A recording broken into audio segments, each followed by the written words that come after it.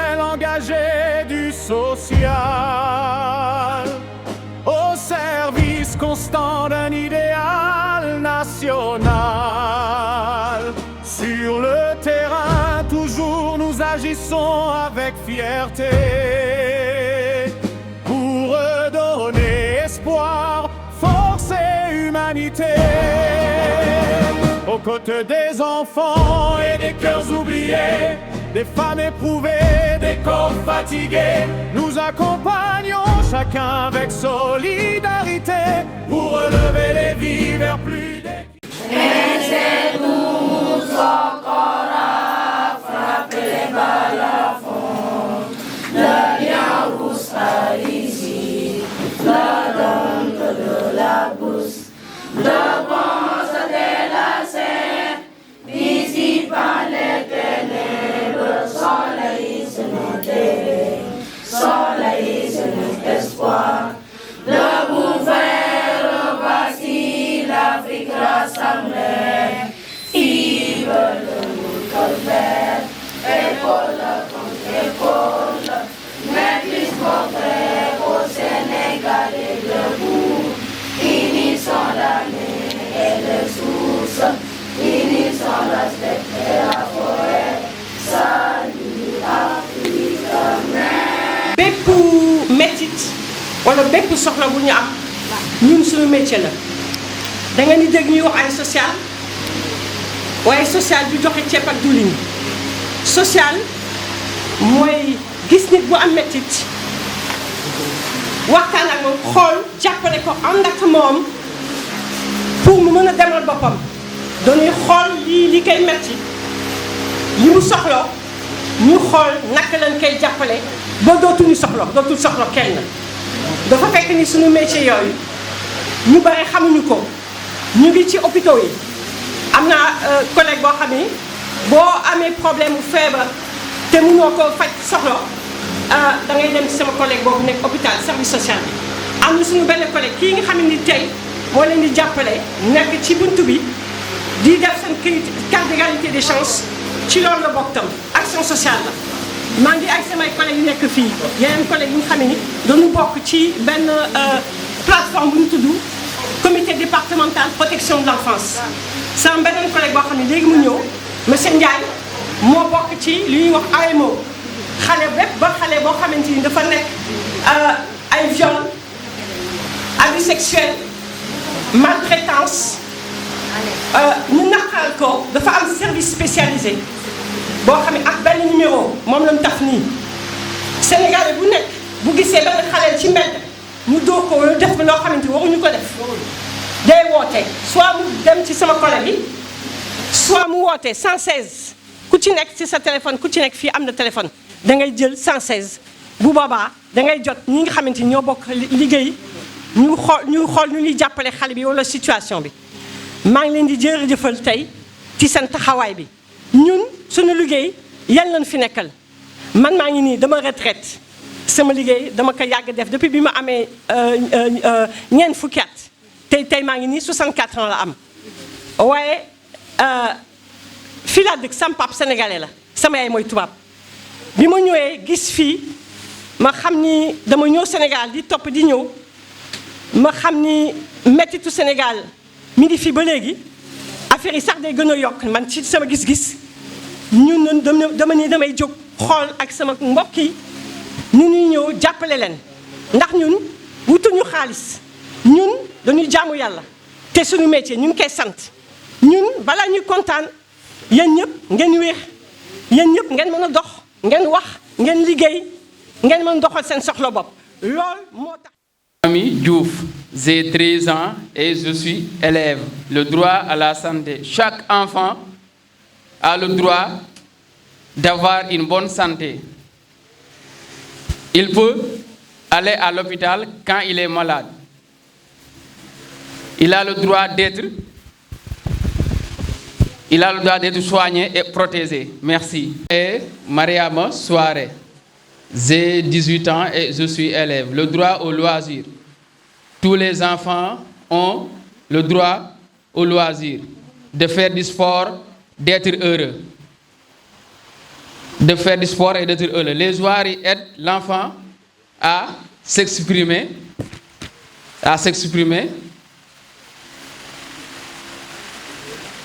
oui, à s'exprimer et à avoir de la liberté. Merci. Mon nom est Adama Ning.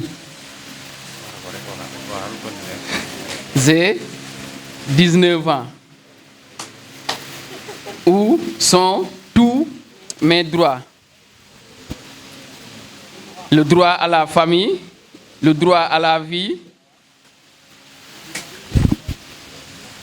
le droit à l'éducation, le droit à la santé, le droit au loisir. Merci, c'est bon. waaye daal doon xaar gaay kay waaw waaw kooku mooy doyen Baba Lissa Ndiaye directeur AEMO ñëw na yàlla moo la yemale ci sunu kii kaay maire ñëwal léegi maire est-ce que du la njëkk a jox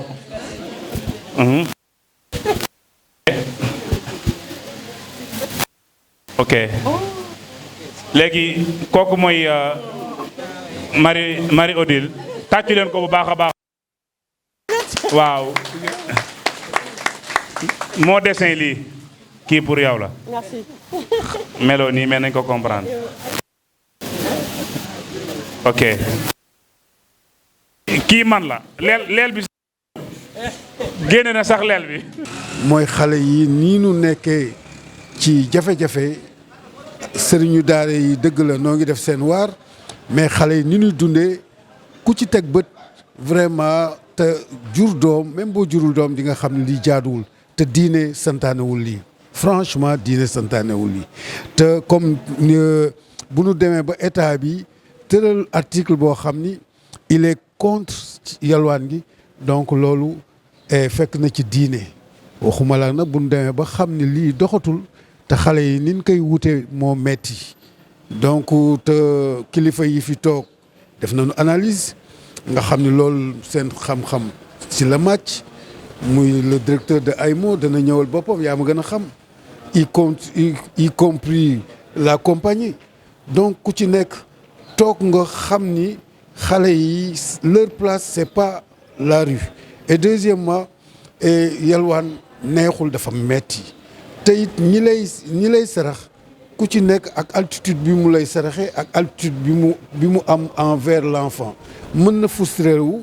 mën na fa jàngee leneen loo xam ni loolu taxul ko woon jóg jàng moo ko taxawoon jóg mais mbedd mi xam nga ni mos li muy indi ci mbon du ko indi ci fàggu xaleel franchement parler donc kër xale yi bravo gis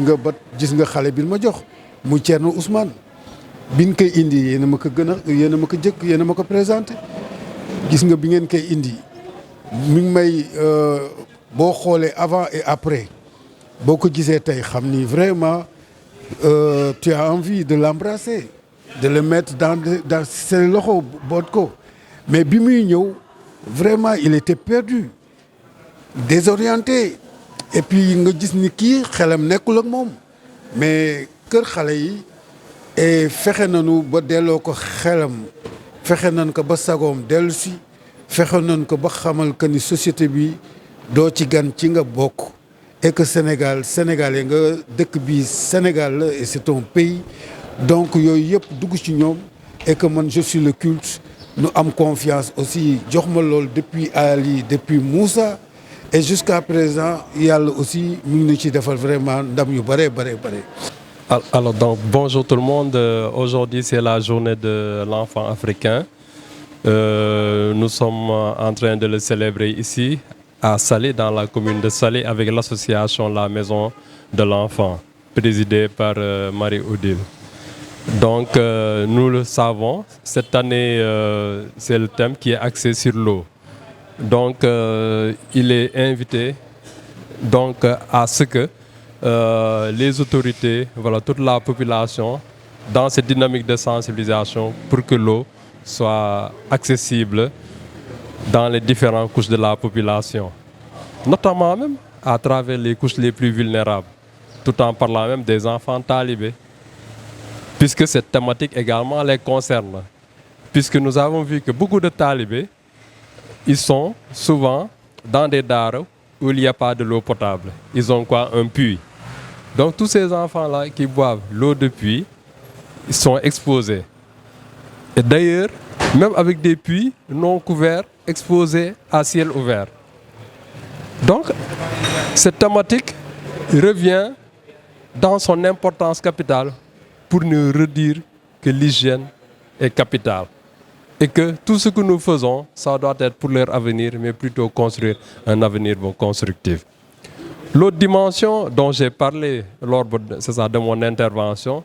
c'est de dire que cette thématique dans son ensemble revient pour dire par rapport à la problématique des enfants en situation de rue. Que ces enfants-là, ils sont laissés à eux-mêmes. Et si un enfant fugue et revient dans la rue, mais c'est parce que il y a eu des moments de négligence et de violence qu'il a vécu au sein de la famille, mais aussi au sein des daras. Et ces enfants-là, ils sont dans la rue, ils sont dans des situations très précaires. Et nous, notre action, que ce soit avec le CDPE,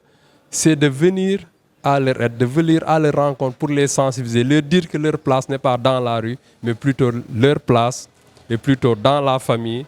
dans les daras. Et donc notre action consiste à faire une sensibilisation, mais aussi un plaidoyer, mais aussi de leur proposer des moments de réinsertion dans leur famille. Et c'est effectivement le travail dont nous faisons. Donc cette thématique, nous savons, pour que nous puissions réussir et aussi relever des défis, donc il est important que toute la population, que ce soit les parents, les maîtres coraniques, tous les acteurs concernés, l'État, puissent ensemble conjuguer leurs efforts, que chacun puisse assumer ses responsabilités pour donner un meilleur avenir aux enfants. Bonjour à tous et un grand merci en tout cas. En tant que fondatrice de l'association La Maison de l'Enfant Kër Xale Yi, travail social, voilà, c'est mon métier. Aujourd'hui, nous en sommes à la 15e édition de la Journée de l'Enfant africain. L'objectif aujourd'hui de cette journée, nous profitons de toutes les journées internationales qui parlent de l'enfant pour attirer l'attention, pour faire le plaidoyer, donner la parole aux enfants et faire le plaidoyer pour attirer les autorités à prendre un peu plus en compte la problématique des enfants. Donc aujourd'hui, c'est une journée réussie. Nous avons réussi à réunir tous les professionnels de l'action sociale, de la prévention, pour parler effectivement des droits de l'enfant et des dispositifs. Mais nous avons surtout donné la parole aux enfants. Voilà, et c'est ce qui pour nous était important aujourd'hui, donner la parole aux enfants talibés, aux enfants handicapés, à l'enfant tout court, afin qu'ils puissent eux-mêmes exprimer ce qui leur faisait mal et leurs problèmes. Je m'appelle Baba Lissa Ndiaye, je suis le chef de service départemental de l'AEMO de Mbour. Donc aujourd'hui, je suis très ravi d'être là avec l'association La Maison de l'Enfant pour célébrer la Journée de l'Enfant africain. La Journée de l'Enfant africain, c'est une journée qui doit marquer, en tout cas attirer toutes nos attentions, parce que tout simplement, c'est une journée où l'on commémore un drame qu'avaient vécu des enfants à Soweto le 16 juin 1976. Un groupe d'enfants qui réclamait des droits à l'éducation, à une éducation qui n'était pas basée sur l'apartheid et qui ont été massacrés par les forces de l'ordre. Donc ce drame doit aujourd'hui être commémoré partout en Afrique et plus particulièrement au Sénégal. Donc aujourd'hui, le thème de cette année, c'est l'accès à l'eau, à l'assainissement et à l'hygiène à tous les enfants de l'Afrique. Ce thème, en tout cas, pour nous, constitue d'abord une question de dignité, parce qu'on ne peut pas concevoir qu'au XXIe siècle, qu'il y ait encore des enfants dans certaines localités qui n'ont pas accès à l'eau, alors que par rapport au principe de vie, survie et développement, si on n'a pas accès à cette eau-là, ce n'est même pas la peine qu'on parle de ce principe, qui est un principe fondamental de la Convention des droits de l'enfant, et ainsi que pour la Charte africaine des droits et du bien-être de l'enfant. C'est donc tout un honneur pour nous d'être là avec la Maison de l'Enfant en tant que service technique de l'État pour participer en tout cas au débat, à la réflexion pour voir qu'est-ce qu'il faut faire, en tout cas, pour améliorer la protection des enfants au Sénégal et particulièrement dans le département de Mbour, où l'on constate de plus en plus qu'il y a des problématiques énormes de protection de l'enfant et particulièrement les enfants talibés qui passent à longueur de toute la journée à mendier, qui sont exposés à toute forme de danger, qui sont exposés en tout cas à toute forme d'exploitation ou de services corporels. Donc c'est pour nous également une occasion pour réfléchir, en tout cas en collaboration avec la Maison de l'Enfant, pour voir quelles sont les pistes de solutions pour sortir ces enfants de ces situations de violence, en tout cas, et d'exploitation économique. Voilà, maa ngi tudd Cheikh Sidia Sow man maay directeur général bu école nouvelle en éducation spécialisée mu di école supérieure privée bu ñu sos ci Ndakaaru buy former ay éducateurs spécialisés baccalauréat plus 3 années de formation ak ay moniteurs éducateurs brevet de collège plus 3 ans de formation ñu lëkkaloo ak ministère de l'enseignement supérieur, de la recherche et de l'innovation di dérouler formation boobu pour tous les jeunes sénégalais et tous les jeunes africains mu nekk contribution école bi ci fonctionnement wu service yëpp ak indi suñu wàll ci li nga xam ne état du Sénégal mu ngi koy def en matière de formation des jeunes. tey jii nag ñu teew fii ci Saly ci invitation wu maison de l'enfant bu suñu naataango madame Marie-Odile Mbengue di jiite. ñu ñëw teew ànd ak suñu étudiants yeeg suñu staff bi d'encadrement bi yëpp pour teewal fii la journée de l'enfant africain ndaxte umpale wuñ ne le 16 juin 1976 ci Soweto ci la massacre bu rëy amoon diggante police apartheid ak élèves yu doon ñaxtu ci seen wàllu formation ak seen wàllu école moo tax l'Union africaine retenir date boobu pour di célébrer chaque année la journée de l'enfant africain te chaque année dafay am benn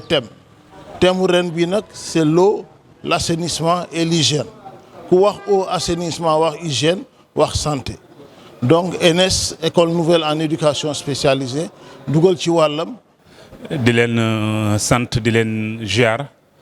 ci teewlu bi ngeen teewlu chaque jour activités yi nga xamante ni la maison de l'enfant kër xale yi mi ngi koy amal tey nag kon le 16 juin di journée enfant africain muy bés boo xamante ni dañ koo jagleel képp koo xamante ni nii ndaw nga bu nekk biir Afrique ci fàttaliku lay doon rek ci atum 1976 le 16 juin fële ci Soweto mu doonoon bés boo xamante ni nii metti woon na lool ci Afrique. tey nag ñu di ko fàttalikuwaat mu doon loo xamante ni dafa am thème spécial boo xamante ni muy accès à l'eau et assainissement. accès à l'eau et assainissement nag bu ñu ko jëlee ngir def ko thème at mi dafa fekk ni dañoo gis ay jafe-jafe yoo xamante ni mi ngi ci loolu ñu jël def ko thème bi. donc kon taxawaayu association bi mooy xool li nga xam ni moom mooy jafe-jafe yi nga xamante ni moom la nit ñi am ci problème mu assainissement problème mu maanaam accès à l'eau ak li nga xamante ni moo war a nekk seeni devoir ñu jox leen ko ba ñu mën a egg ñoom fi ñu bëgg a egg. kon tey bu fekkente ni amal nañ bés bi dugalaale ci benn mbir bu am solo muy lu toll ci juróom fukki ndaw yuy dund ak handicap ñu dajale leen utal leen certificat d'efficience muy carte handicapé boo xamante ni daf leen di jàppale ci seen dund jàppale leen ci seen nekkin yombalit seenum paju ak seen dem ak seen dikk. kon encore association la maison de l'enfant avec madame la présidente Marie-Odile Mbengue amaat na beneen taxawaay ci li nga xamante ne ni moom mooy bés yi muy amal. kon tey journée bi doon la lu rëy ci moom moomu tey ba tax na mu jugee depuis France ñëw ngir rien que pour assister li nga xamante ni moom mooy journée bi ñuy wax journée enfant africain. kon dañ leen di gën a santaat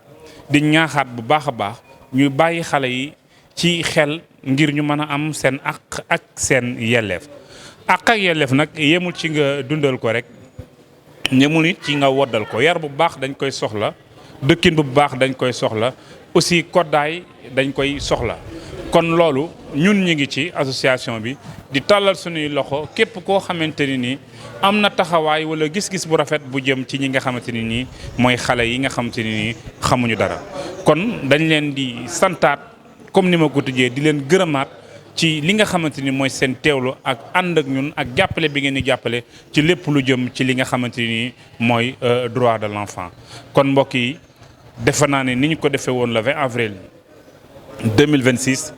defewaat nañ ko nii incha allahu rabbi le 16 juin 2026. di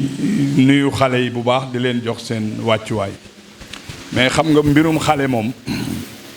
man tout le temps ni ma koy waxee su ma amee peut-être damay endossé man samay responsabilité en tant que maire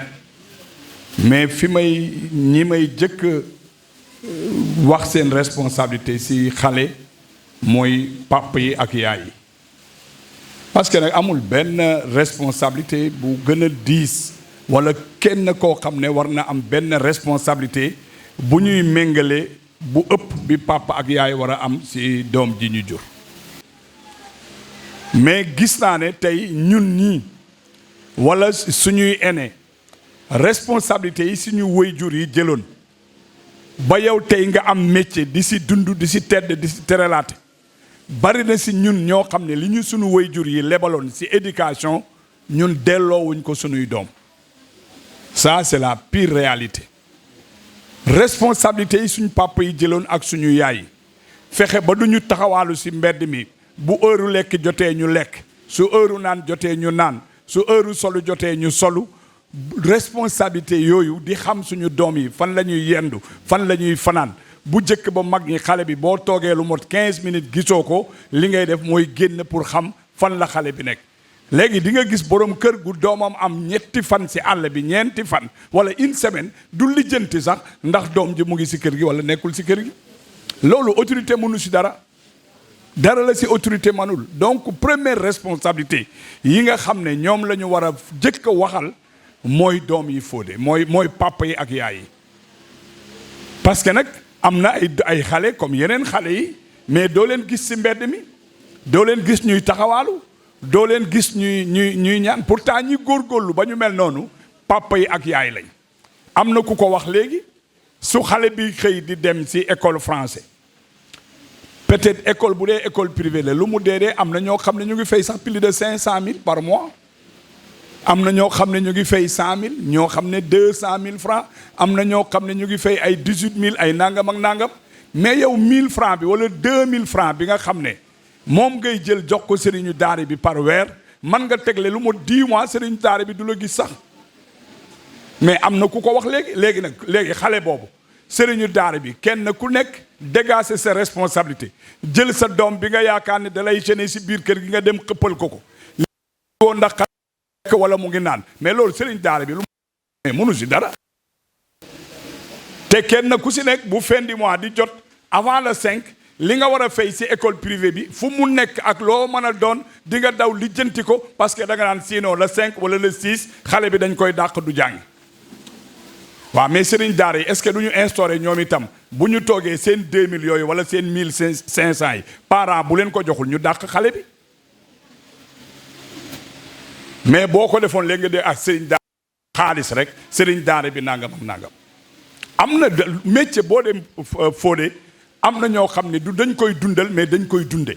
am na sëriñ daara biñ koy wax pour yar defar nit ki toj xolam won ko ni ko yow nit nga ak koo mën a doon munoo doomu aadama mais léegi benn sëriñ daara boo ay 100 taalibe bugg leen yore dëgg te xaalis mais mu ngi sànq mais est-ce que moom moo ko choisir est-ce que moo dem si biir kër yi luqati xale yi yóbbu leen pour yore leen si daara ji est-ce que sëriñ daara bi moo def loolu wala parent bi moo initié jóg si coobare boppam jël doomam ne ko kii dem bëgg nga jàngal ko kon les responsabilités pour te dire vrai c'est partagé beneen bi si des mooy dëgg la souffrance bi metti na da ngay gis léegi benn parent bu doomam bu xëy rek nga gis sa benn sa doom di am ku muy fanaanal si biir kër gi sa yoon nekku si doo ko lijjanti mais kooku lan la joteeg papam ba gàddu saagam ñëw sa kër yow doo lijjanti loolu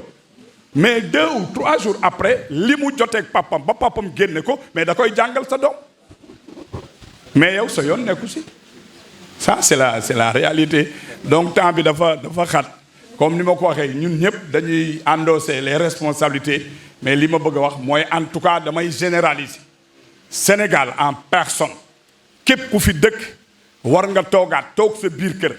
invité sa njaboot xoolaat yow li xewoon démb ak li xew tey est-ce que loolu ñun dañu war a continuer di dund léegi pratiquement presque mën naa wax ne xale yu jigéen yi bu ñu góorgóorluwul mais ñu bari dootuñu am jëkkër. Comme léegi góor la ñuy choisir jigéen ñi di choisir jigéen mais fu ñu jëm mais ça c'est la réalité xam nga li xew nii Sénégal feeñ tey dëgg la doon nañ dégg ngóor jigéen mais ampleur bi mu am nii kenn mësuloon xalaat ci àdduna ne ici à Sénégal dinay toll foofu te pourtant boo doon xool tey li feeñ mën naa laa waatal ni li nëbboo ko gën a bari nañ ko bàyyi xel kon ñun li ñu man dinañ si gën a toog waxtaan en tout cas la secrétaire municipale mu ngi fi dina la jege en tant que responsable AEMO bi ñu ñëwee bokk na si projet yi nga xam ne am nañ ko mooy tabax benn maison de l'outil boo xam ne du yàgg dinañ ko commencer bu soob yàlla donc même te ni ñuy